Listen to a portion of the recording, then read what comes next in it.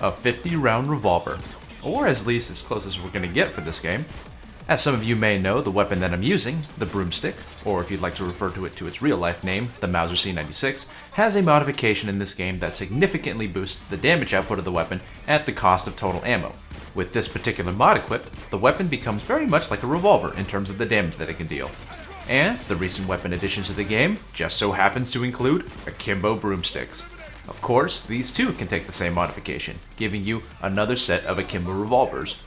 However, unlike the revolvers, these bad boys have a few things that set them apart. Firstly, the broomstick has a large magazine of 10 rounds, and in addition to that, you can apply a high capacity magazine mod, which gives it another 10 rounds to the magazine. So in total, you can have 20 rounds with the mod on, and with the Akimbo variation, because you have two guns, that means a 40 round magazine. And if we want to go all the way, we can even pick up the skills from the fugitive tree, Gun Nut. Gun Nut Basic gives 5 more rounds to any pistol with a magazine. Unfortunately, revolvers don't count towards that skill since they don't have a magazine to speak of, but the broomstick certainly does. And with the Akimbo variation, the game counts that as having 2 magazines, so you're getting an increase of another 10 rounds. All in all, in total, you have 50 rounds of pure, unadulterated destruction. I mean, statistically, this thing is a monster. Revolvers are already powerful weapons, but they're generally offset by a low capacity. You have to reload very often, and because of that, each shot must count. It also really sucks when you have to deal with high health enemies like bulldozers and SWAT van turrets because you continuously need to reload. One magazine generally isn't enough to deal with those particular enemies, but with this setup, you're pretty much circumventing one of the biggest downsides to using a revolver type Akimbo weapon. 50 shots of 200 damage bullets is crazy strong. You can pump them out super fast too, since Akimbos essentially have double the fire rate. And if you pick up the pistol skill for more fire rate upon fire rate. I like to keep these as my backups to help take down surprise bulldozers, or when I'm in a pinch and I just need to push out a lot of damage really fast. The Akimbo Broomsticks have essentially no recoil, at least not any that I can see, so that makes stability pretty much a non-issue. The reloads for them are also quite fast, just like all the other pistols, which is super handy since the single variation of the broomstick suffers from a really slow reload time compared to other pistols. But thanks to Overkill's forgetfulness, I suppose, when adding the Akimbo weapons, pretty much most of them, if not all of them, of the new Akimbo editions, they pretty much have no recoil or reload animations. They were probably just reused from existing ones, so they were used for all the new Akimbos, and even ones that you would expect to have some massive recoil, like the Judge, pretty much as stable as my sanity. So, I mean, so far it seems as if these Akimbo Broomsticks are pretty much straight upgrades from any of the Akimbo revolvers that we have. But despite some of the really awesome quirks that I've been talking about, there is still a few things that need mentioning. The Akimbo Broomsticks start off with less total ammo than the other revolvers, with only 75 as opposed to the 90 to 108 rounds, depending on which one you use. Not only that, but the ammo pickup is also much worse.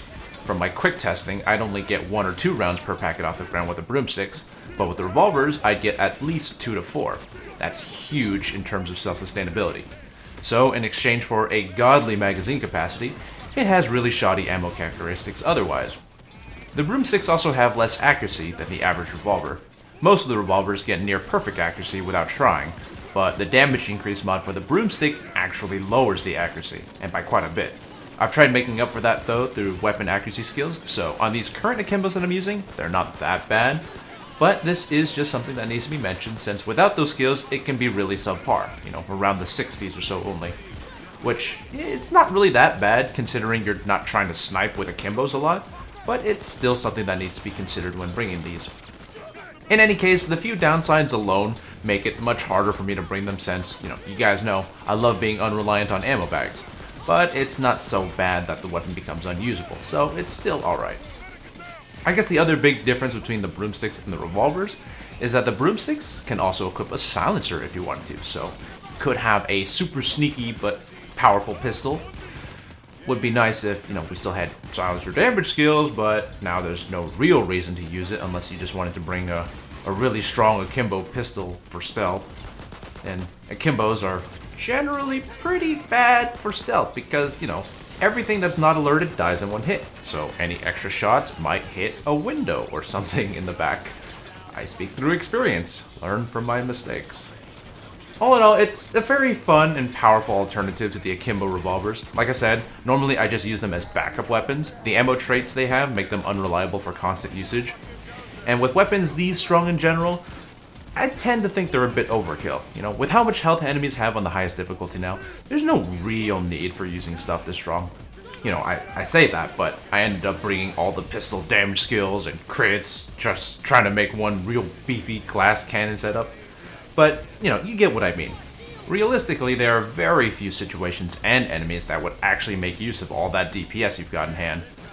But, you know, from my quick testing of the weapons, the insane damage is actually very helpful for one particular thing: SWAT van turrets.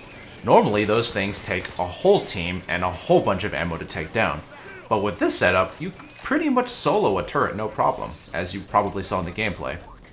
So at the very least, it excels in that very particular situation.